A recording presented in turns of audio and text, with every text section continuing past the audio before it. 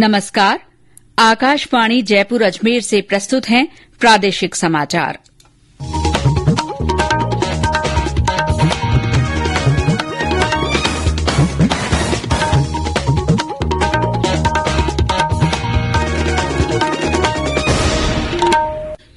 मुख्य समाचार। प्रधानमंत्री नरेंद्र मोदी ने आजादी का अमृत महोत्सव से स्वर्णिम भारत की ओर समारोह का शुभारंभ किया।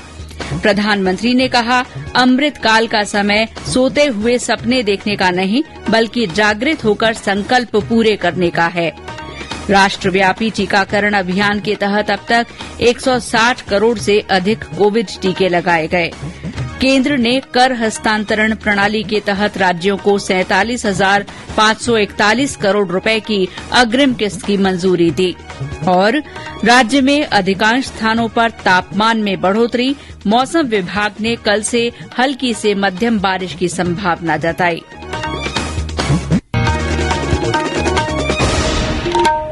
समाचारों के साथ मैं शीला चावला।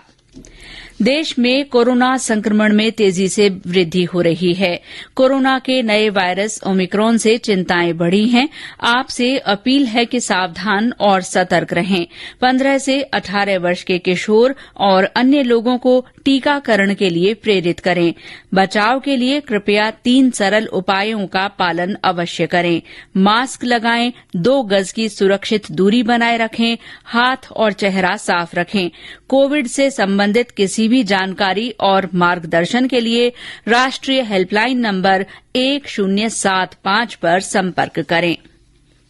और अब समाचार विस्तार से।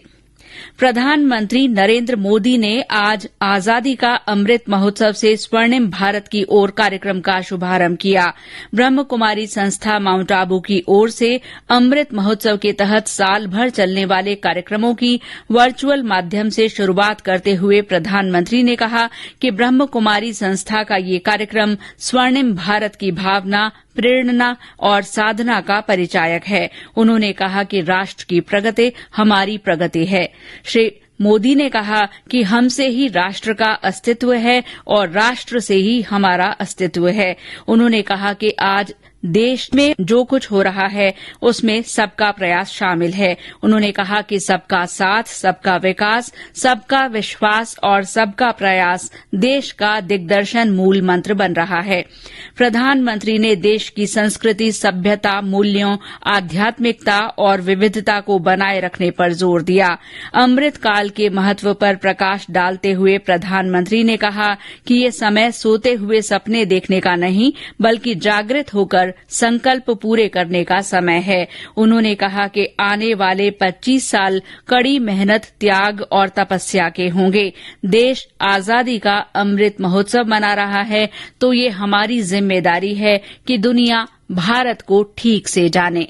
जब हम आजादी का अमृत महोत्सव मना रहे हैं, तो ये भी हमारा दायित्व है कि दुनिया भारत को सही रूप में जाने, उन्हें जागरूक करें। ये भी हम सबका कर्तव्य है। आपके प्रयासों से इसमें कितना बड़ा फर्क पड़ जाएगा। साथियों, परमार्थ करने की इच्छा तो हर एक की रहती है, लेकिन एक बात हम न भूलें कि परमार्थ और अर्थ जब एक साथ जुड़ते हैं तो सफल जीवन, सफल समाज और सफल राष्ट्र का निर्माण अपने आप हो सकता है। प्रधानमंत्री ने ब्रह्म कुमारी संस्था के 7 कार्यक्रमों का भी उद्घाटन किया। उन्होंने माई इंडिया, हेल्थ इंडिया, आत्मनिर्भर भारत, आत्मनिर्भर किसान, महिलाएं, भारत की ध्वजवाहक, शांति बस अभियान की शक्ति, अनदेखा भारत साइकिल रैली, संयुक्त भारत मोटर बाइक अभियान और स्वच्छ भारत अभियान के तहत हरित उपाय शामिल हैं। लोकसभा अध्यक्ष ओम बिरला ने इस मौके पर कहा कि आजादी का अमृत महोत्सव प्रधानमंत्री नरेंद्र मोदी की संकल्पना है। कार्यक्रम के दौरान ग्रैमी पुरस्कार विजेता रिकी केज का गीत जारी किया गया। ये गीत आजादी का अमृत महोत्सव को समर्पित है।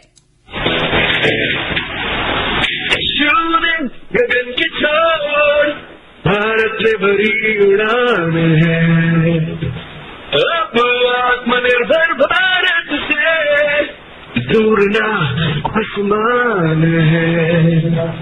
प्रगति और विकास का आनंदोत्सव है, आजादी का अमृत महोत्सव है। मुख्यमंत्री अशोक गहलोत ने वर्चुअल माध्यम से संबोधित करते हुए कहा कि ब्रह्म कुमारी संस्था की ओर से साल भर आयोजित होने वाले कार्यक्रम बहुत प्रशंसनीय हैं।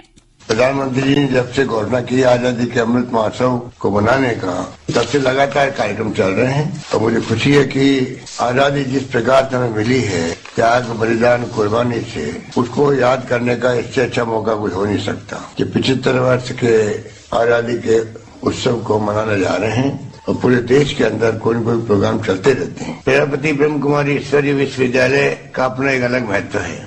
ब्रह्म कुमारी ईश्वरीय विश्वविद्यालय ने एक प्रोग्राम करके जो प्रोग्राम दिया पूरे साल भर का, उसको मैंने देखा है, मैं बहुत प्रभावित हुआ। राज्यपाल कलराज मिश्र, केंद्रीय मंत्री अर्जुन राम मेघवाल, कैलाश चौधरी, भूपेंद्र यादव, प्रतिपक्ष के नेता गुलाब चंद कटारिया सहित अन्य गणमान्य नागरिक भी समारोह में वर्चुअल माध्यम से जुड़े।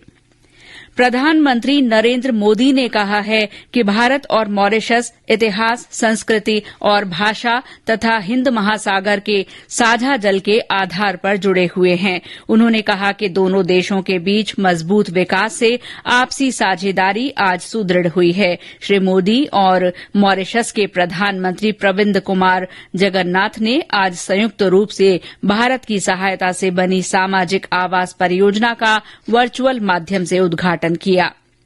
केंद्रीय स्वास्थ्य मंत्री डॉक्टर मनसुख मांडविया ने कहा है कि देश में अब तक 160 करोड़ से अधिक कोविड टीके लगाए जा चुके हैं। एक ट्वीट में उन्होंने कहा कि प्रधानमंत्री नरेंद्र मोदी के नेतृत्व में टीकाकरण अभियान विश्व में नई ऊंचाइयों को छू रहा है। उन्होंने लोगों से टीका लगवाने के बाद भी कोविड दिशा निर्देशों का पालन करने का अनुरोध किया है।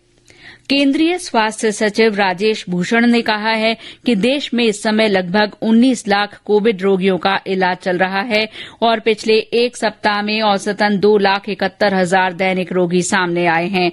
आज नई दिल्ली में मीडिया से बातचीत में श्री भूषण ने कहा कि 11 राज्यों में 50,000 से अधिक, 13 राज्यों में 10 से 50,000 और 12 राज्यों में 10,000 से कम उपचाराधीन रोगी हैं। स्वास्थ्य सचिव ने कहा कि लगभग 99% कोविड रोगियों में बुखार, खांसी और गले में जलन के सामान्य लक्षण होते हैं और ये आमतौर पर 5वें दिन के बाद ठीक हो जाते हैं। पिछले साल 30 अप्रैल को कोविड के 3,86,000 रोगी सामने आए और करीब 3,000 मौतें हुई थी। उन्होंने कहा कि आज 3,17,000 नए रोगी सामने आए हैं और 380 लोगों की मौत हुई है। देश में अब तक 94% पात्र लोगों को टीके की पहली खुराक और 72% को दोनों टीके लगाए जा चुके हैं। उन्होंने बताया कि 15 से 18 वर्ष के 52% को पहली खुराक दी जा चुकी है। देश की जो एडल्ट पॉपुलेशन है उसके 94% को कम से कम एक डोज लग गई है, 72% को दोनों डोज लग गई हैं, 52% जो हमारे यंग एडल्ट्स हैं 15 साल से 18 साल के बच्चे, उनको भी एक डोज लग गई है। This number is 3.84 crore. Bundi जिले में कोरोना टीकाकरण के काम को और गति देने के लिए आज से टीकाकरण वैन शुरू की गई है। मुख्य चिकित्सा और स्वास्थ्य अधिकारी डॉक्टर महेंद्र त्रिपाठी ने इस वैन को हरी झंडी दिखाकर रवाना किया। उन्होंने बताया कि जिले में 8 मोबाइल वैक्सीनेशन वैन शुरू की गई हैं। कोविड संबंधी राष्ट्रीय हेल्पलाइन नंबर हमारी वेबसाइट newsonair.gov.in पर उपलब्ध हैं। ये समाचार आकाशवाणी जयपुर अजमेर से प्रसारित किए जा रहे हैं। समाचार अभी और भी हैं, लेकिन पहले ये संदेश। चलो मिलकर एक शुरुआत करें, चलो एक फैसला आज करें, मास्क नहीं तो टोकेंगे, कोरोना को रोकेंगे, चलो एक इरादा करते हैं, चलो कुछ वादा करते हैं, मास्क नहीं तो टोकेंगे, कोरोना को रोकेंगे। समाचारों में आपका फिर स्वागत है। वित्त मंत्री निर्मला सीतारमन ने कर हस्तांतरण प्रणाली के तहत राज्यों को 47,541 करोड़ रुपए की अग्रिम किश्त जारी करने की मंजूरी दी है। ये किश्त जनवरी महीने में जारी नियमित कर हस्तांतरण किश्त के अलावा है। इससे राज्यों को 95,000 करोड़ रुपए से अधिक की राशि प्राप्त होगी। इस धनराशि से राज्यों को कोविड महामारी से प्रभावी ढंग से निपटने और अपने पूंजीगत खर्चों तथा विकासात्मक कार्यों में तेजी लाने में मदद मिलेगी। सामाजिक न्याय और अधिकारिता मंत्री टीकाराम जूली ने आज जयपुर के गांधीनगर स्थित राजकीय अनुसूचित जाति कन्या छात्रावास परिसर में 25 दिव्यांगजन को निःशुल्क स्कूटी वितरित की। श्री जूली ने कहा कि प्रदेश में इस वित्त वर्ष में 2,000 स्कूटी वितरित की जाएंगी। उन्होंने कहा कि राज्य सरकार दिव्यांगजन के हितों के लिए सदैव प्रतिबद्ध है। उन्होंने बताया कि दिव्यांगजन को निःशक्तजन प्रमाण पत्र देने की ऑनलाइन सुविधा से अब तक करीब 3 लाख से ज्यादा दिव्यांगजन लाभान्वित हो चुके हैं।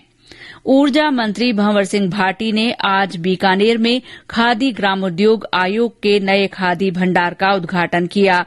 इस मौके पर उन्होंने कहा कि खादी हमारी सामाजिक और आर्थिक व्यवस्था का आधार मानी जाती है। खादी को आम जन में प्रचलित करने के लिए साथ मिलकर काम करने की जरूरत है। और अब मौसम। राज्य में अधिकांश स्थानों पर तापमान में बढ़ोतरी से सर्दी से थोड़ी राहत मिली है।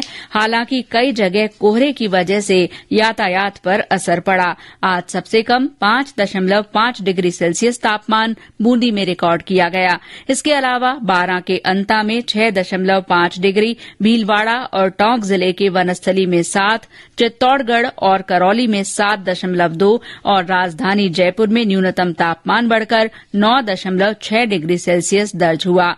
इस बीच मौसम विभाग ने प्रदेश में कल से नए पश्चिमी विक्षोभ के सक्रिय होने से हल्की से मध्यम बारिश की संभावना जताई है। विभाग के जयपुर केंद्र के निदेशक राधेश्याम शर्मा ने बताया कि इस सिस्टम का सबसे अधिक असर शनिवार को रहने की संभावना है। नया पश्चिमी विक्षोभ 21-22 जनवरी को राजस्थान के ऊपर प्रभावी होगा। इस सिस्टम के प्रभाव से ही जोधपुर, बीकानेर, अजमेर, जयपुर, भरतपुर संभाग के जिलों में बारिश की गतिविधियां शुरू होगी। 22 जनवरी को भी राजस्थान के ज्यादातर भागों में देखने को मिलेगा। इस दौरान मेघ गर्जन के साथ कहीं कहीं हल्के से मध्यम दर्जे की बारिश होने की प्रबल संभावना है। वहीं 22 जनवरी को उत्तरी राजस्थान के कुछ भागों में मेघ गर्जन के साथ 1-2 स्थानों पर ओलावृष्टि भी हो सकती है। 23 जनवरी को इस सिस्टम का असर धीरे धीरे समाप्त होगा। हालांकि नॉर्थ ईस्ट राजस्थान यानी भरतपुर और जयपुर संभाग के जिलों में कहीं कहीं हल्के दर्जे की बारिश का दौर जारी रह सकता है। 24 जनवरी से पूरे राजस्थान में मौसम शुष्क रहेगा। और अंत में मुख्य समाचार एक बार फिर। प्रधानमंत्री नरेंद्र मोदी ने आजादी का अमृत महोत्सव से स्वर्णिम भारत की ओर समारोह का शुभारंभ किया। प्रधानमंत्री ने कहा, अमृत काल का समय सोते हुए सपने देखने का नहीं बल्कि जागृत होकर संकल्प पूरे करने का है। राष्ट्रव्यापी टीकाकरण अभियान के तहत अब तक 160 करोड़ से अधिक कोविड टीके लगाए गए हैं। केंद्र ने कर हस्तांतरण प्रणाली के तहत राज्यों को 47,541 करोड़ रुपए की अग्रिम किश्त की मंजूरी दी है। और राज्य में अधिकांश स्थानों पर तापमान में बढ़ोतरी, मौसम विभाग ने कल से हल्की से मध्यम बारिश की संभावना जताई है। इसी के साथ प्रादेशिक समाचार बुलेटिन समाप्त हुआ। नमस्कार।